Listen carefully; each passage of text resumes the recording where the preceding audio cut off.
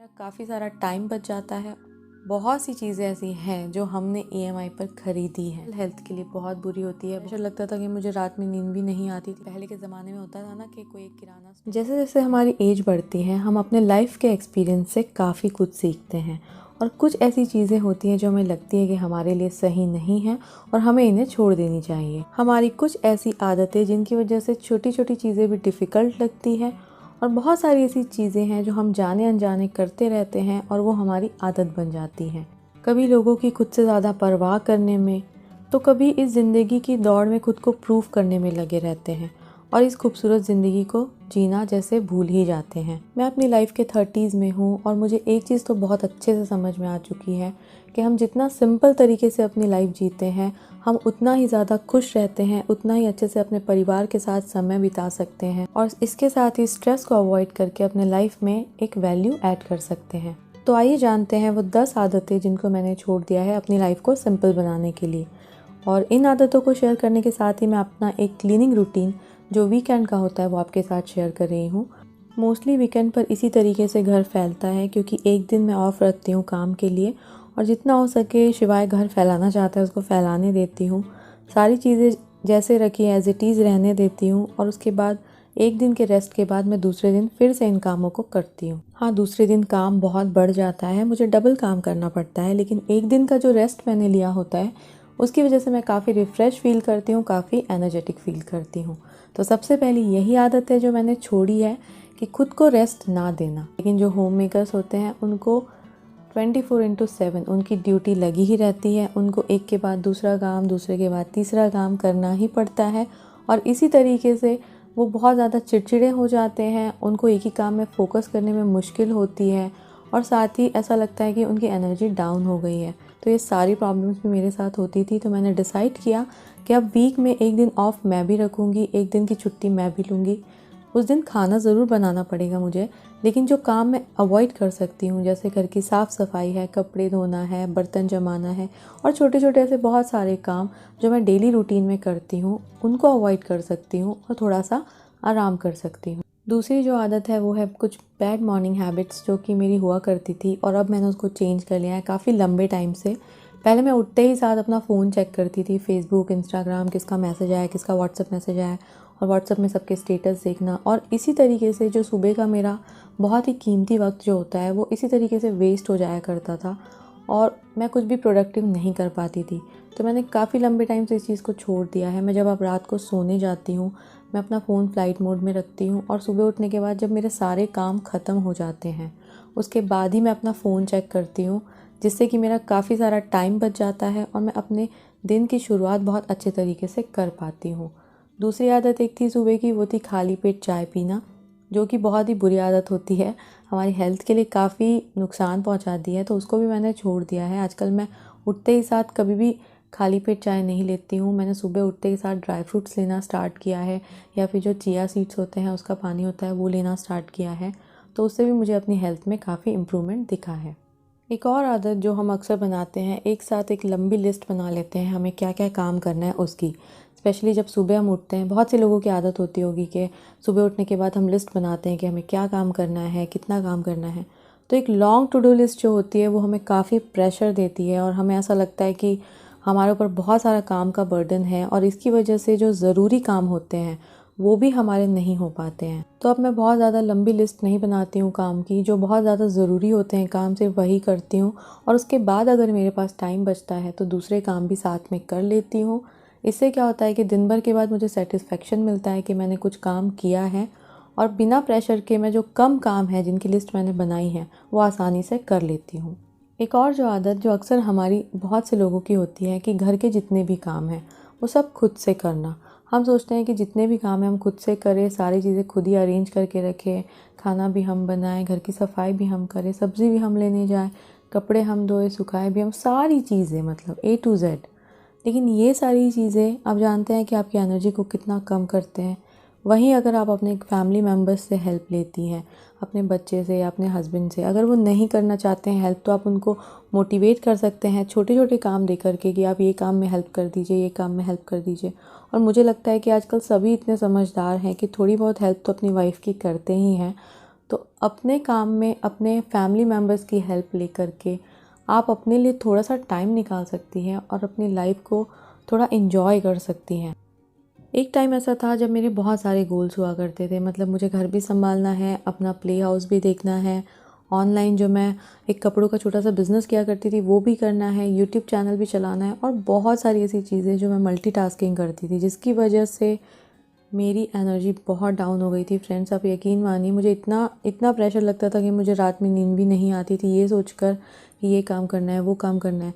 और हम महिलाएं अक्सर मल्टीटास्कर होती ही हैं, हम नहीं भी चाहते हैं तो भी हम एक साथ मल्टीटास्किंग कर सकते हैं, जिससे कि ये हमारी, आप कह लीजिए कि एक खूबी होती है। लेकिन कभी कभी ये चीज़ें हमारी मेंटल हेल्थ के लिए बहुत बुरी होती है, बहुत नुकसान देने वाली होती है। तो कोशिश करिए जितना हो सके लाइफ को सिंपल बनाकर एक साथ बहुत सारे गोल्स ना बनाएं, एक एक करके अपने गोल बनाएं और उनको अचीव करते जाएं। एक गोल अचीव हो जाएगा, दूसरा बनाइए, दूसरे के बाद तीसरा, लेकिन कभी भी एक साथ बहुत सारे गोल्स बनाकर उस पर वर्क करेंगे तो आप किसी भी एक गोल तक जल्दी से नहीं पहुंच पाएंगे। ये मैंने बहुत बड़ा एक्सपीरियंस अपनी लाइफ से लिया है और आज के टाइम पर मैं मल्टीटास्किंग नहीं करती हूँ। एक टाइम पर मुझसे एक काम होता है, मैं वही करती हूँ और वो बहुत अच्छे से करती हूँ। ईएमआई पर आजकल बहुत सारी चीज़ें अवेलेबल हैं जिससे कि आप अपनी लाइफ को अपग्रेड कर सकते हैं, लग्जरी चीज़ें खरीद सकते हैं, अपनी लाइफ की जितनी भी ख्वाहिशें हैं वो पूरी कर सकते हैं। लेकिन ईएमआई पर पूरी करना क्या सही है? बहुत सी चीज़ें ऐसी हैं जो हमने ईएमआई पर ख़रीदी हैं और इसके बाद हमें अफसोस तब हुआ जब हमने एक बड़ा होम लोन लिया। एक मिडिल क्लास फैमिली के लिए अपना घर होना बहुत बड़ी बात होती है, इसी सोच के साथ हमने होम लोन लिया था। लेकिन इसकी ईएमआई के चक्कर में हमारा जो मंथली बजट है वो इतना ज़्यादा गड़बड़ हुआ, डे टू डे लाइफ पर भी इफ़ेक्ट आया और अब हमें ऐसा लगता है कि काश हमने ये होम लोन ना लिया होता और इन पैसों को कहीं और इन्वेस्ट किया होता। हम सोचते हैं कि हम ईएमआई पर घर ले तो लेंगे, लेकिन आप जानते हैं कि इसमें इतना ज़्यादा ब्याज लगता है और ये इतने लंबे टाइम के लिए होती है कि आधी ज़िंदगी ईएमआई भरने में ही चली जाएगी, तो फिर एंजॉय कब करेंगे। तो हमने डिसाइड किया है कि जो हो गया सो हो गया, आगे कोई भी चीज़ ईएमआई पर नहीं लेनी है, पहले पैसे जमा करने हैं, उसके बाद ही कुछ सोचना है। हर चीज़ के लिए हाँ कह देना। आपको कोई कुछ आपसे कोई चीज़ें मांगता है, आप हाँ कह देते हैं। आप मेरे लिए काम करेंगे, आप हाँ कह देते हैं, चाहे वो आपके लिए कंफर्टेबल हो या ना हो, है ना।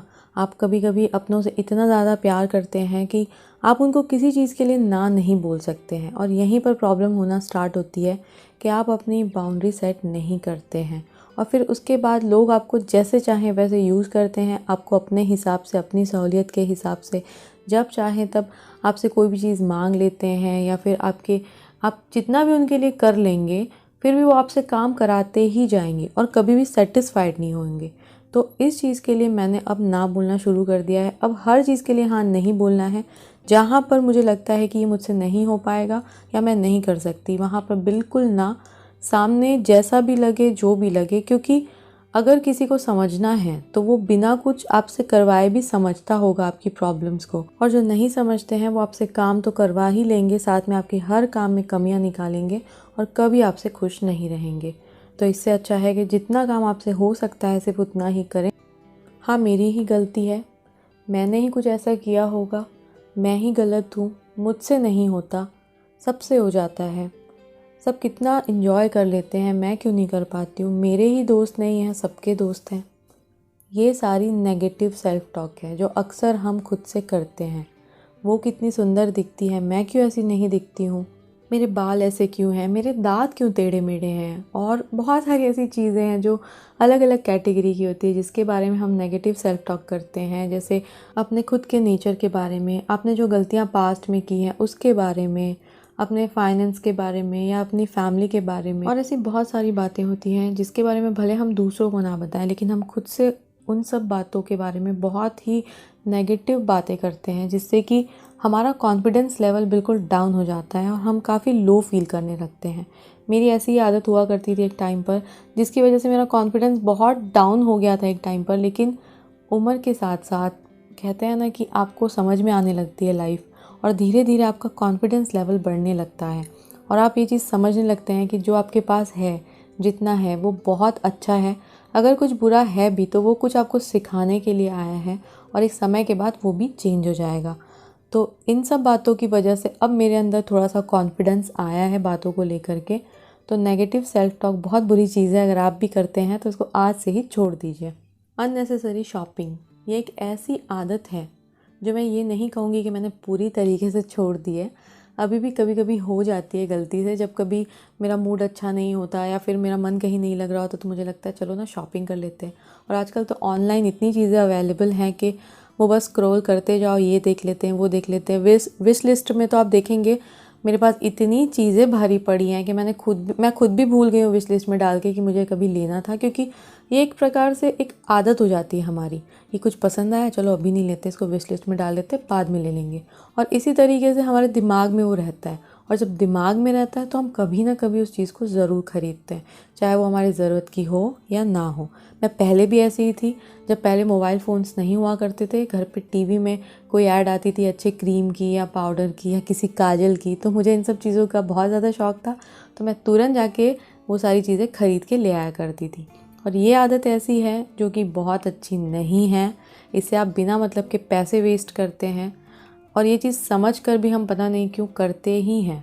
लेकिन अभी मैंने इन चीज़ों को थोड़ा सा ब्रेक लगाया है, और इसके लिए मैंने अपने मोबाइल फ़ोन में से जितने भी शॉपिंग ऐप्स थे उनको डिलीट कर दिया है।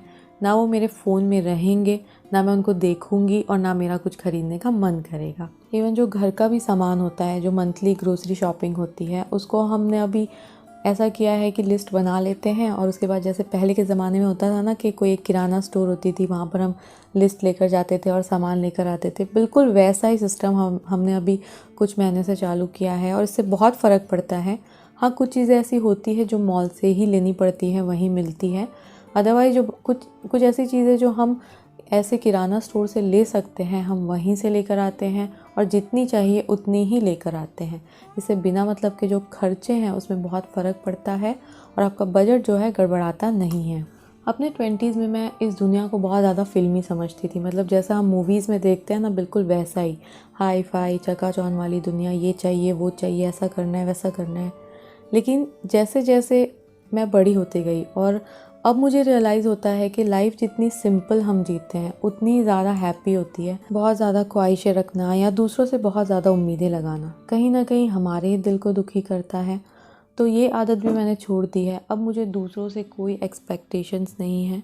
मेरी लाइफ में जो है जितना है बस उसी को लेकर आगे चलना है, और अपनी ज़िंदगी को जितना हो सके उतना सिंपल बनाना है। तो देखिए, आपसे बातें करते करते मेरा जो लिविंग रूम है वो बिल्कुल क्लीन हो गया। आपने देखा पहले कितना सामान फैला हुआ था, और उसके बाद अभी बिल्कुल क्लीन लग रहा है। तो कैसा लगा आपको ये वीडियो, मुझे कमेंट करके ज़रूर बताइएगा। उम्मीद करती हूँ कि पसंद आया होगा, और अगर पसंद आया होगा तो प्लीज़ अपने फ्रेंड्स के साथ ज़रूर शेयर करिएगा, और अपनी इस फ्रेंड की थोड़ी सी हेल्प कर दीजिएगा।